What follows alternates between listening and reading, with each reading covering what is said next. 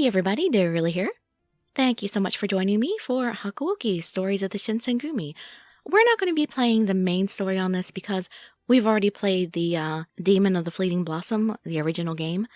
So what we're going to do is we're just going to read the stories and ephemera, which are the fan disk material, which were originally published as their own PSP game. But for this English port here, Hakuouki Stories of the Shinsengumi for PS3, it's the original game plus the extras. So let's go ahead and dive right into that. And of course we're going to be Chizuru as always. Why does there have to be such a delay with the Elgato? Yes, I want to save that name. Hakuouki Stories instructions. I don't need instructions, I've played it. In this section, you are the one to determine the course of history. Oh no, do I have to play the whole original game all over again? There's only one event available at the start, but as you advance through the game, more will be unlocked. Yes, I do have to play the whole thing over again. I guess I'll be forwarding through the whole game again, although you all won't have to see that. You are okay, apparently. They don't have the perfect translation for this. You will also be able to view chapter summaries for Hakuouki Demon of the Fleeting Blossom here. There may be a little something special that happens once all the stories have been played. Scattered through each additional event are cherry blossom petals. The cherry blossoms will begin to bud on the ephemera tree after a set number of petals have been obtained and eventually bloom. More selections will appear as the blossoms bloom further, and special bonuses will pop up. However, you can only obtain each cherry blossom petal once. Replaying an event a second time will not add more petals to the tree. Please enjoy the numerous stories here. Once I unlock them all, again! Another section of importance is the Encyclopedia. Yes, I know all about the Encyclopedia. We shall skip this. Alright, well, they did say they have one scene available at the beginning, so we'll go ahead and read that first. At least I'll have something to show you all today, and then I can go ahead and forward through everything, and then I'll have some more stuff to read to you all. Okay, Shinsengumi Adventures. April 1864. The protagonist has been living with the Shinsengumi for 3 months, when members of the watch are alerted to her presence, so that they could begin their search for Kodo. Yes, I would like to begin here. Run, and I will kill you. Do you understand? Yes, you've said that before. I remember it well. I will never forget. That was the sexiest death threat I ever received. His sword point was at my throat, his gaze going right through me. I still remember the feeling of death just inches away, and how I shivered. The moonlight shone on his face, and the only thought I could muster was that he looked beautiful. Like I said, the sexiest death threat I ever received. It felt like he was a cherry blossom blooming out of season. January 1864. The night I met them, the moon was huge and bright. I had come to Kyoto looking for my father at a time when the city was in political upheaval. Sorry, I still have a cold. A good number of patriots were arguing over who they should follow, the emperor and his imperial court, or the shogun and the shogunate. The regular civilians of the city were also terrified of the cruel men of the Shinsengumi, who even samurai thought twice about crossing. That night, in a dark alley I blindly ran into, I stumbled upon a tiny bit of their secret.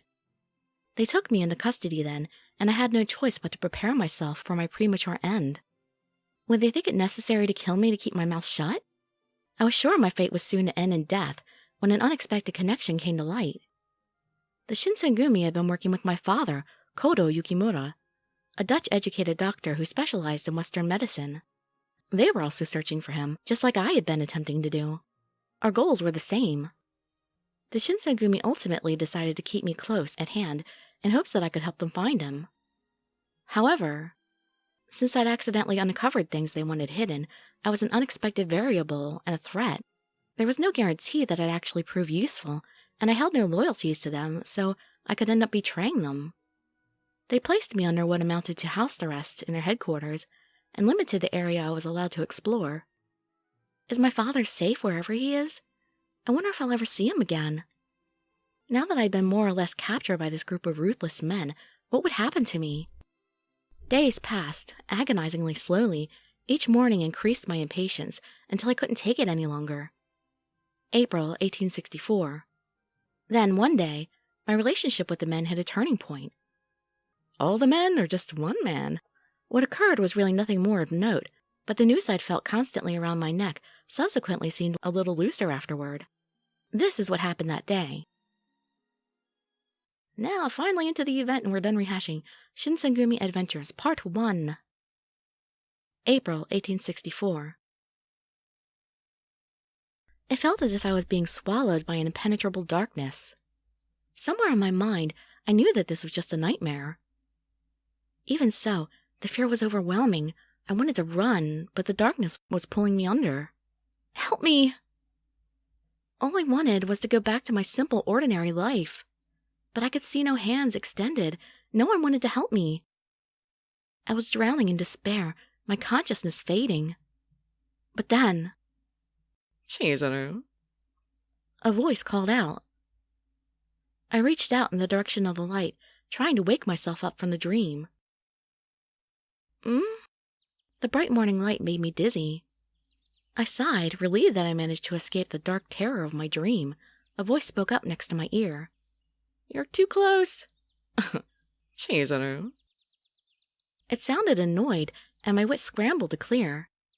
As my eyes finally adjusted to the light, I could see what was directly in front of me. A beautiful man. Oh!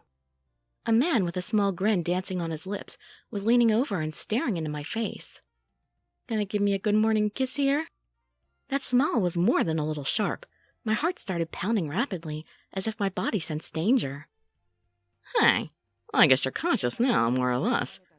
Could you hurry this along? Hurry what along? He was very blunt, and I got the feeling I was like a pointless duty he couldn't wait to finish. He was obviously irritated with me, but my head was still having trouble focusing on details. My blank look only served to make him grow more annoyed. Well, sorry. You don't understand what you got yourself into, do you? You're getting free room and board, you know. So can't you at least wake up on time? Well, if you would get me an alarm clock. I stared unblinking at his face, so close to mine. You're Okita, right? Hey, haven't I been here for like 3 months? You should know this by now. Yeah, I'm Soji Okita. Did you fall on your head last night? You know, I'm kind of on a schedule here. Would you just snap out of it? Oh, that's right. He was Soji Okita, captain of the 1st Division. The impression I got of him that first night hadn't changed one bit since then. Really? He frightened me. Not anymore, not at this point. His eyes were always cold, but he laughs as if he's enjoying himself, even when discussing taking someone's life. This man was currently holding me in his gaze and grumbling at me bitterly. You've got cooking duty today. If you don't get up and get moving, we won't make it in time for breakfast. If that happens, well, I'm a forgiving soul, but some more narrow-minded people will be furious. And who are those people? Come on, everybody loves Chizuru. What did he do? I jumped out of bed, completely awake.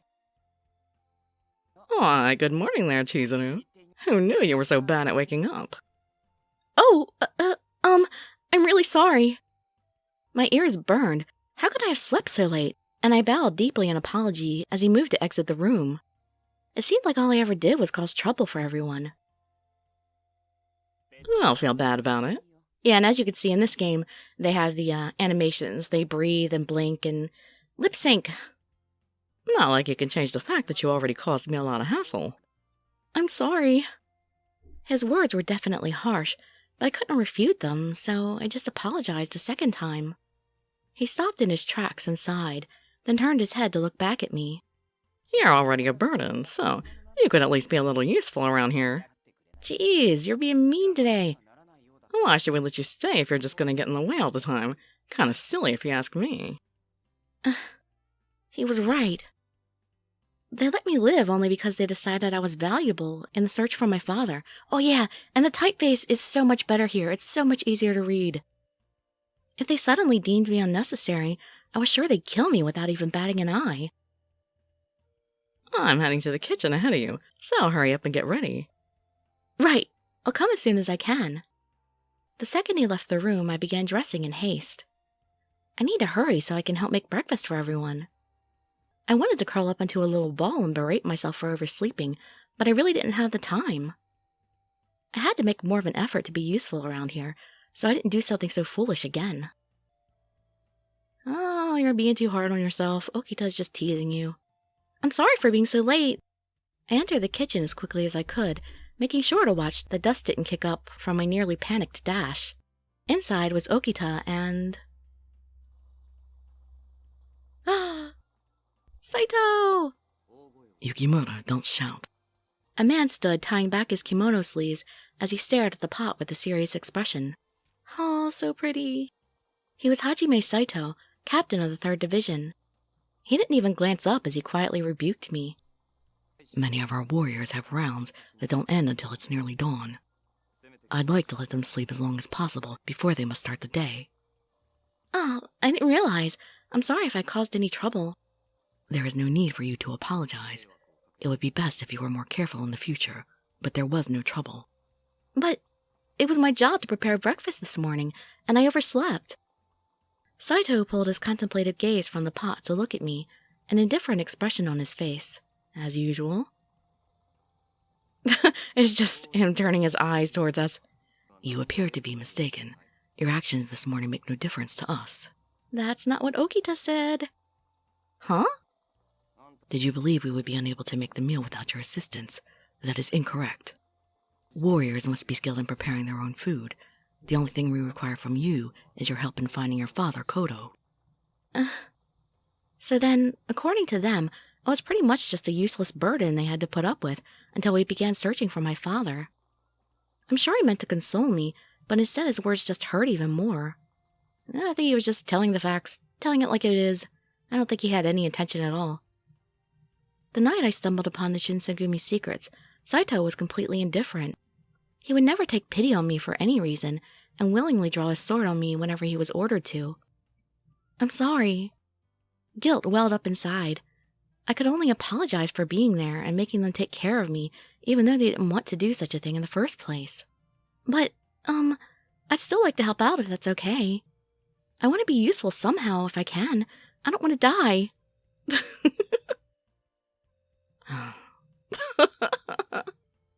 Saito undid the tie holding back his sleeves and finally focused all his attention on me.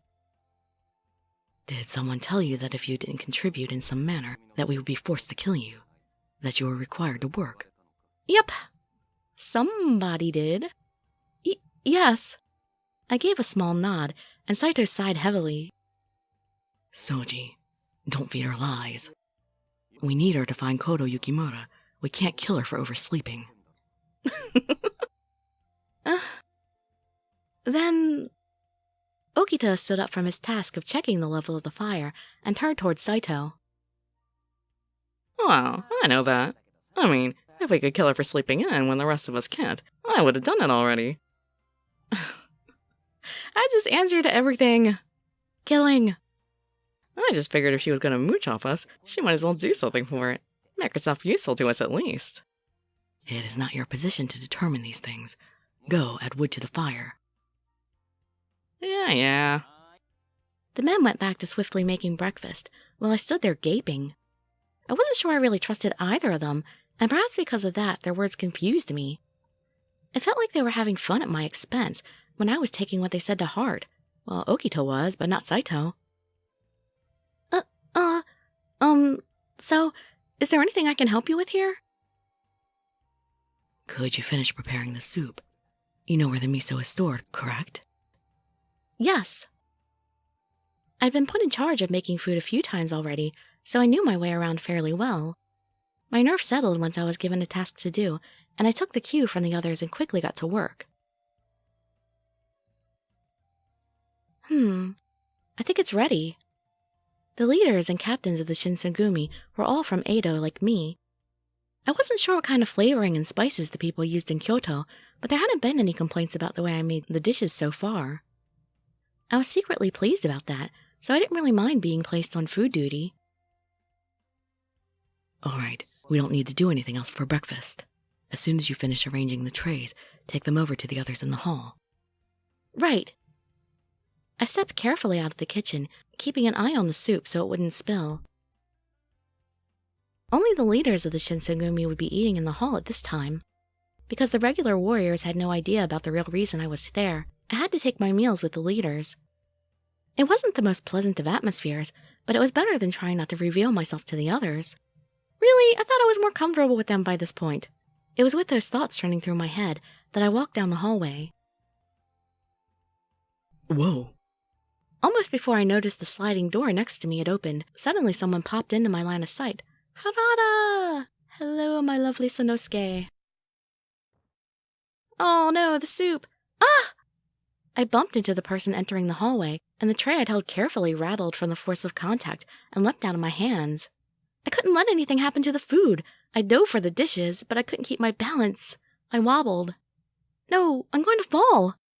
I could just see it, the dishes shattering into millions of pieces, and the food thrown everywhere. I would, of course, fall square on top of the mess. I closed my eyes, afraid to see how it would turn out. Oh, damn it, this is hot.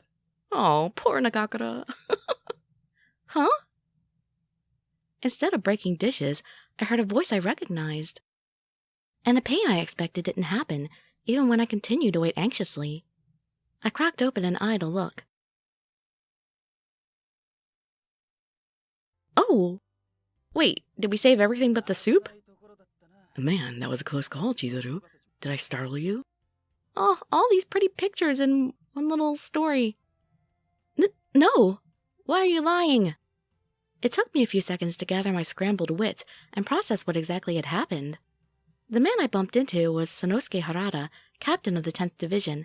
It's so weird to me when they switched the names around when they switched it for the Western style.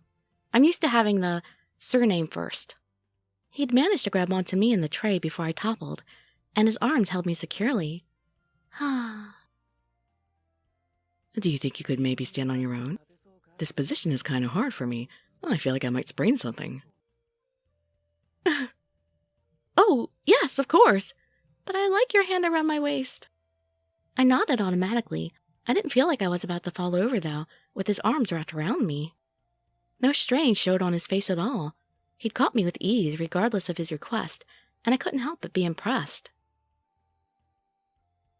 I quickly got my feet under me and hurried to check the damage to the food on the tray. I lost the vegetables in the soup? Why are you surprised about that? You should be glad you saved anything. Hey, don't worry, Chizuru. The vegetables are safe. All over him? What? The soup's done for, I'm afraid. Most of it ended up on me, but the rest of it's all over the floor. Sorry. Oh my gosh! The man laughing to himself over his predicament was Shinpachi Nagakura, captain of the 2nd Division, who will get to date when Kyoto Winds comes out. Apparently, he'd managed to catch the plate that flew off the tray, but the soup... Thank you so much. But, did you burn yourself at all? You're all wet. No, don't worry about it. It came flying right at me. The guys would never let me live it down if I didn't catch something like that. Just be a little more careful next time when you walk down the hallway. Don't zone out when you're carrying hot food, you know? Hey, you don't need to scold her. It's not our fault this happened. That's right, it's Sanosuke's fault. We ran into each other because I was an idiot and just rushed out the door without looking. No, that's... If only I had paid attention and dodged you, then this wouldn't have happened. But it's just so sweet of you to defend me. And you had to come and save me after all that. If you hadn't stopped me from falling, the mess in the hallway would have been so much worse. You're a good girl, Chizuru. I tensed, assuming he was teasing me, but he grinned as if he was impressed. Alright, I've decided. Because you so graciously tried to take the blame, I'll clean up the hallway for you. Oh. What?